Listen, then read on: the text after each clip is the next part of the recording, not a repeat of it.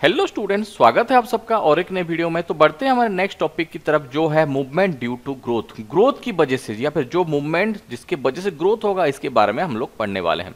तो यहाँ पे बोला गया है कुछ प्लांट्स जो होते हैं जो अपना टेंड्रिल्स के हेल्प से, अभी बात आता है कि ये टेंड्रिल्स क्या होता है। जो ये फिगर में आप देख पा रहे हो ये हो गया, चाहे हम लोग इसका बात करते हैं तो ये सब क्या होते हैं बच्चों, टेंड्रिल्स। और ये ज्यादा से ज्यादा हमें किसी क्लाइंबर प्लांट्स में देखने के लिए मिलते हैं। और ये जो टेंड्रिल्स जो होते हैं ये बहुत ही सेंसिटिव होते हैं, किसके, टच सेंसिटिव होते हैं।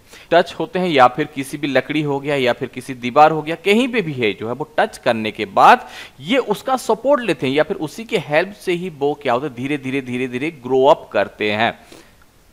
ठीक उसी हिसाब से जिस हिसाब से आपका एक क्लाइंबर प्लांट होता है, जैसे कि इस फिगर में भी आप लोग देख पा रहे हो। तो क्या दिया गया है देखते हैं।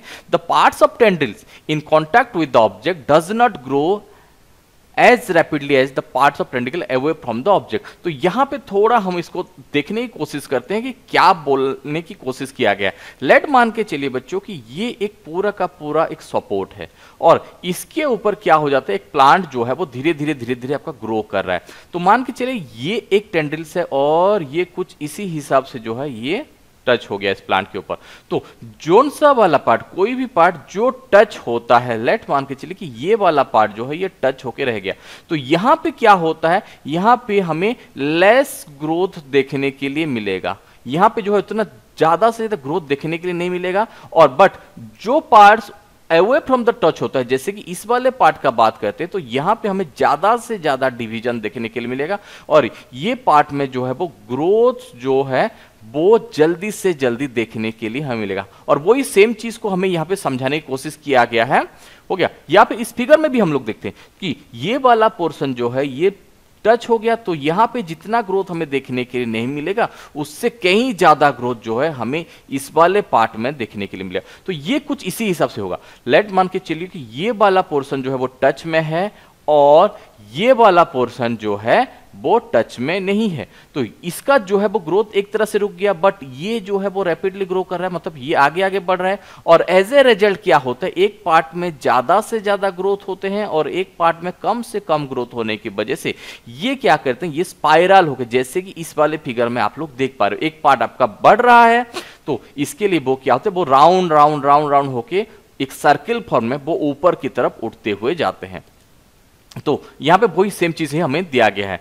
हो गया, tendrils in contact with the object does not grow as rapidly as the parts of the tendril away from the object. तो जो दूर रहता है उसमें हमें ज्यादा से ज्यादा ग्रोथ जो है वो देखने के लिए मिलता है। और इसके वजह से क्या होता है, the tendrils to circle around the object. और इसके वजह से क्या होता है, एक साइड बढ़ता है और एक साइड कम होता है बोल के ये धीरे धीरे क्या होता है, सर्किल जिस ऑब्जेक्ट का सपोर्ट वो लोग लेते हैं उसके चारों तरफ जो है वो घूम घूम के ये क्या होते हैं, आपका ग्रोथ होते हैं।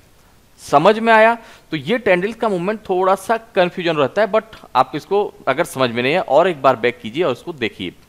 देन अभी यहां पे बुलाया गया more commonly plant response to stimuli, कि जितने भी होते हैं प्लांट्स ये स्टिमुली को रेस्पॉन्स करते हैं और उसी पर्टिकुलर डायरेक्शन में ही ये अपना ग्रोथ शो करते हैं। और ये मूवमेंट कैसे होता है, तो ये बात सबसे पहले हम लोग अभी देखें कि टेंड्रिल्स कैसे ग्रोथ में इन्वॉल्व होते हैं।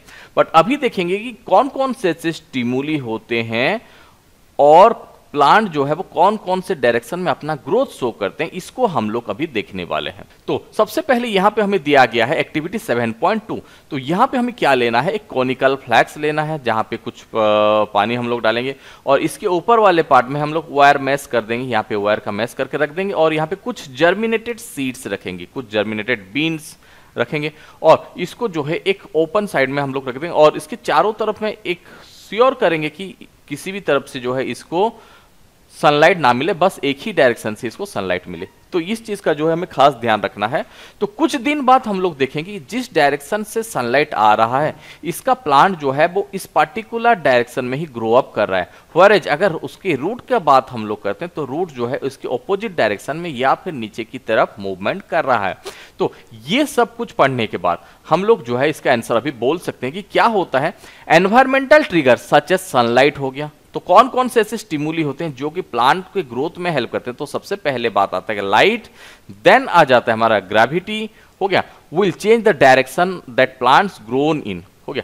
तो ये ही डिसाइड करता है, लाइट डिसाइड करता है, ग्रेविटी डिसाइड करते हैं, इसके बाद तो कुछ दिया गया वाटर भी जो है वो भी डिसाइड करते हैं कि प्लांट का ग्रोथ जो है वो कौन से डायरेक्शन में होगा। और उसी डायरेक्शनल मूवमेंट को हम क्या बोल के कहते हैं, ट्रॉपिक मूवमेंट बोल के कहते हैं, ट्रॉपिक और डायरेक्शनल मूवमेंट बोल के कहते हैं। और ये जो मूवमेंट होता है ये हो सकता है टुवर्ड्स द स्टिमुली हो सके, हो गया, ये हो सकता है जिस डायरेक्शन में अपना स्टिमुली है या फिर जिस डायरेक्शन में लाइट है उसी डायरेक्शन में बढ़ सके, या फिर जैसे कि ये रूट ग्रो कर रहा है अवे फ्रॉम द स्टिमुली भी हो सकता है।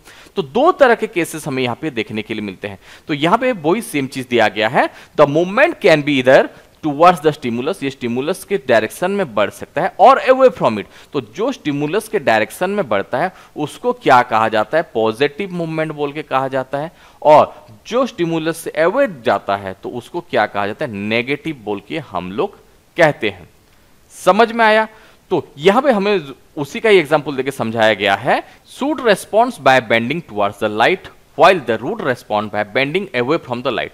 तो ये जो है वो प्लांट को किस तरह से हेल्प करते हैं। तो सूट्स जो है ये पॉजिटिव डायरेक्शन में शो कर रहा है और हमारा रूट्स जो है ये नेगेटिव डायरेक्शन में आपका शो कर रहा है। तो यहां पे बोला गया है plants shows tropism in response to other stimuli as well। तो प्लांट भी जो होते हैं, ये तो क्या बच्चों, ये किसके बात हम लोग करते हैं, हम लोग यहाँ पे बात की कि लाइट, और लाइट की वजह से जो मूवमेंट होता है इसको क्या कहा जाता है, आपका फोटोट्रोपिज्म बोल के कहा जाता है।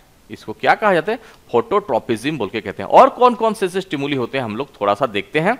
तो यहां पे बोला गया है the roots of the plants always grow downwards while the shoots is usually grow upward and away from the earth। The upward and downward growth of the root and shoot are respectively in response to pull the earth of the gravity। तो यहां पे और एक भी आ गया कि gravity भी एक स्टिमुली है ताकि प्लांट का ग्रो हो सके, हो गया। और ग्रेविटी की वजह से जो मूवमेंट शो करता है उसको क्या कहा जाता है, उसको जियोट्रोपिज्म बोल के कहा जाता है। तो यहां पे हमें कुछ बातें याद रखना है। तो सबसे पहले क्या आया, जो सनलाइट की तरफ बढ़ता है उसी को हम फोटोट्रोपिज्म बोल के कहें, जो ग्रेविटी की तरफ बढ़ता है उसको हम लोग जियोट्रोपिज्म बोल के कहते हैं।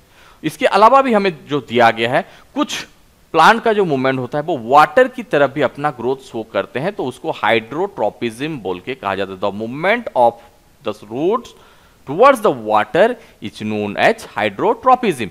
देन आ जाता है हमारे पास केमोट्रोपिज्म। केमोट्रोपिज्म ये एक प्रोसेस है, या फिर हम लोग नेक्स्ट चैप्टर में पढ़ने वाले हैं जिसमें हम लोग एक टर्म पढ़ेंगे जिसका नाम होता है आपका फर्टिलाइजेशन, हो गया।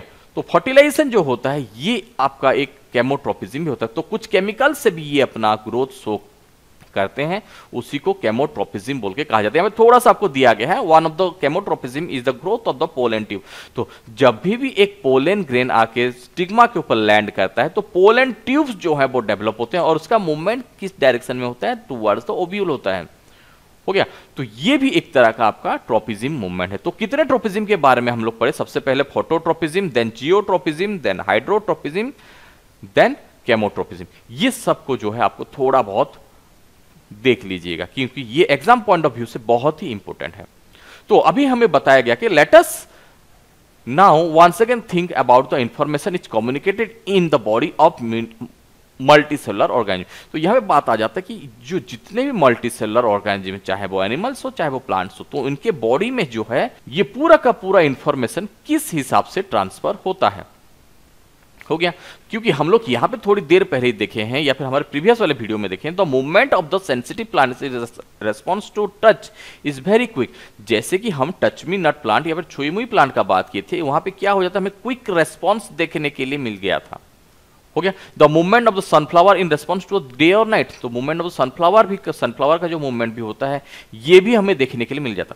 बट ये जो ग्रोथ का अगर बात किया जाए तो ग्रोथ रिलेटेड जो अभी हम लोग पढ़े हैं, जो टेंड्रिल्स की वजह से हो या फिर आपका ट्रोपिज्म के वजह से हो गया, चाहे वो फोटोट्रोपिज्म हो, जियोट्रोपिज्म हो, हाइड्रोट्रोपिज्म, केमोट्रोपिज्म, किसी की वजह से भी हो, ये जो मूवमेंट जो होता है ये बहुत ही स्लो होता है, या फिर हम बोल सकते हैं तो ग्रोथ रिलेटेड मूवमेंट जो अभी हम लोग पढ़े ये बहुत ही स्लो होता है अगर हम कंपेयर करते हैं कि इसके दूसरे टाइप वाले रेस्पॉन्स से। तो अभी बात आता है कि even in animals body there are carefully control direction to growth. तो ये सिर्फ और सिर्फ प्लांट बॉडी में हमें देखने के लिए नहीं मिलता, एनिमल्स बॉडी में भी हमें ये देखने के लिए मिलता है। जैसे कि हमारा ग्रोथ का ही बात करते हैं, क्या हम लोग पैदा होते साथ ही बहुत लंबा हो जाते हैं?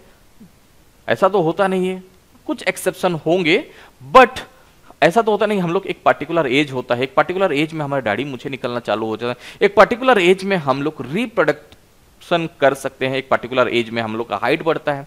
तो यहां पे हमें बोला गया है our arms and fingers grow in certain direction. तो ये जो होते हैं ये भी आपका क्या होता है, ये जो ग्रोथ हमारे में बॉडी में भी होता है ये कंट्रोल्ड होता है और ये एक पर्टिकुलर डायरेक्शन में ही ये होता है, नॉट हैप्पीजर्ली। ये ऐसे तैसे कहीं से भी हमारा ग्रोथ जो है वो देखने के लिए नहीं मिलता है।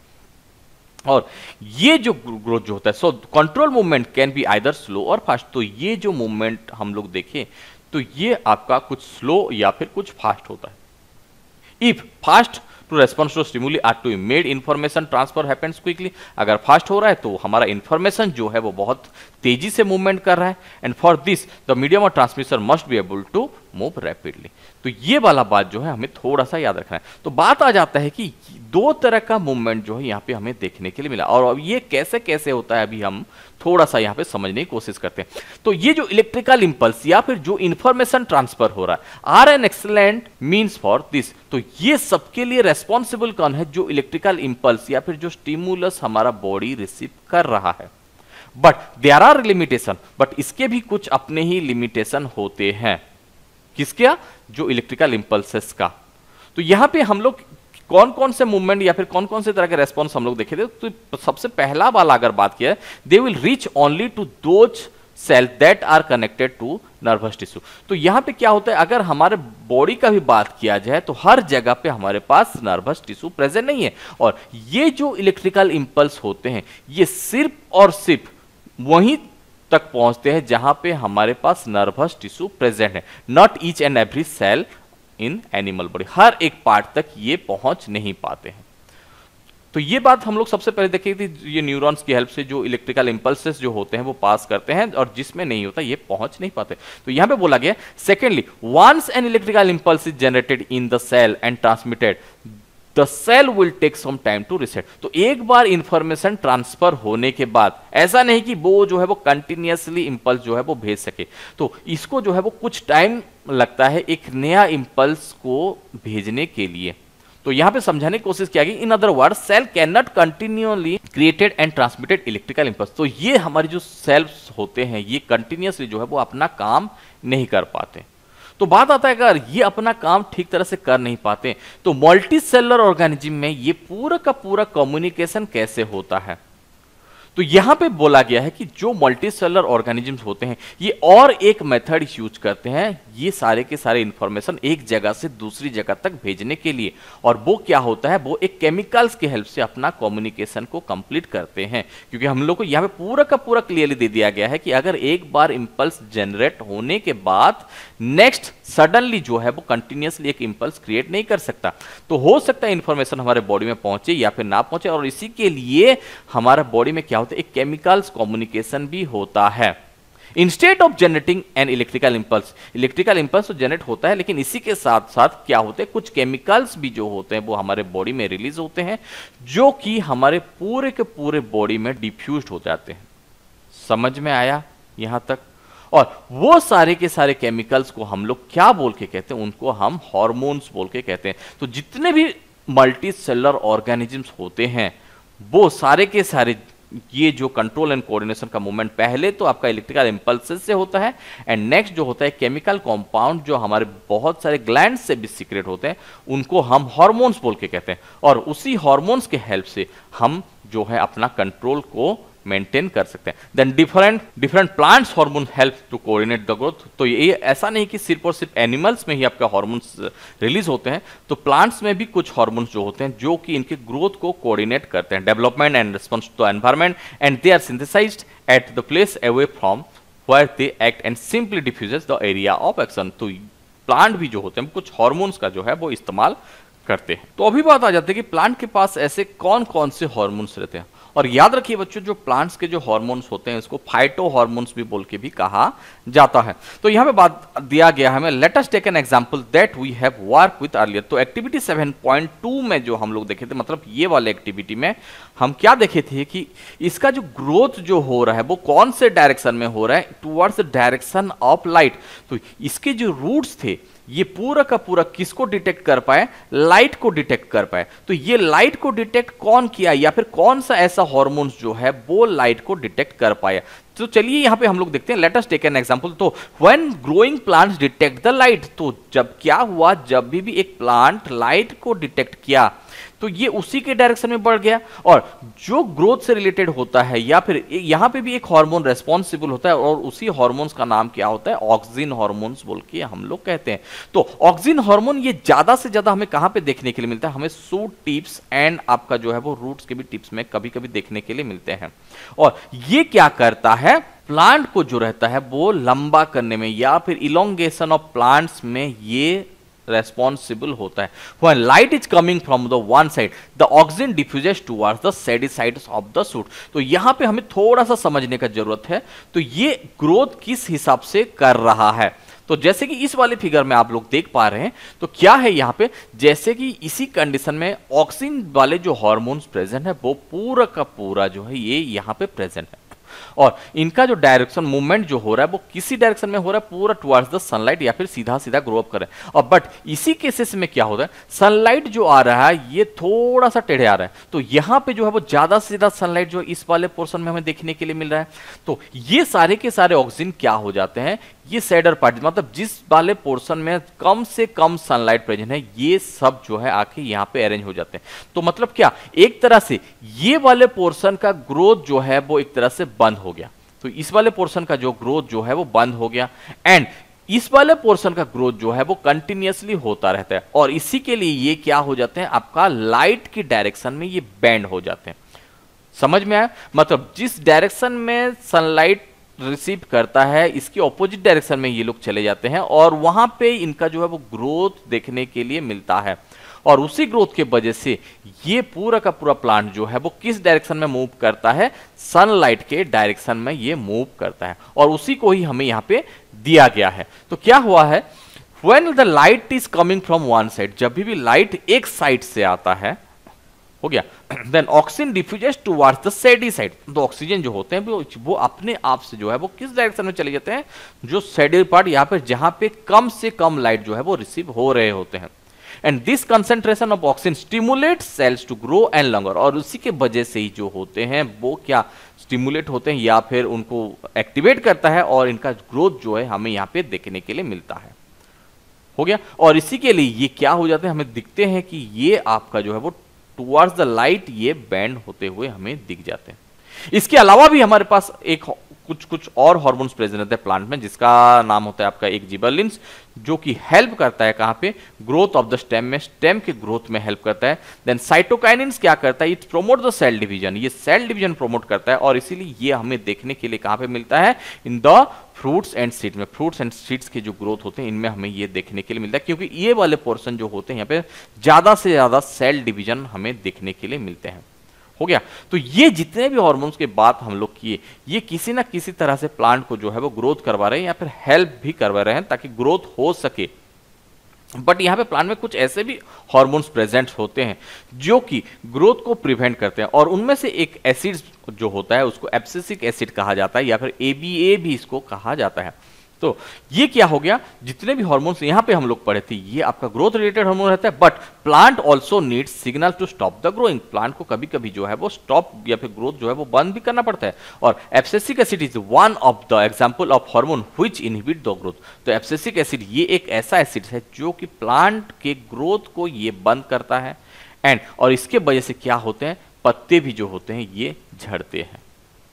तो ये था बच्चों पूरा का पूरा प्लांट्स के दो तरह का मूवमेंट, ट्रॉपिज्म क्या होता है, मूवमेंट क्या होता है, और प्लांट्स के हार्मोन्स क्या क्या होते हैं। और हार्मोन्स क्या होता है, हार्मोन से केमिकल सब्सटेंसेस होता है। तो आशा करता हूं आपको ये वाला पार्ट जो है वो समझ में आया होगा। मिलते हैं नेक्स्ट वीडियो में इस टॉपिक को आगे बढ़ाते हुए। तब तक अगर आपको वीडियो पसंद आया तो वीडियो को लाइक कीजिए, चैनल को सब्सक्राइब कीजिए। मिलते हैं नेक्स्ट वीडियो में, तब तक के लिए बाय बाय।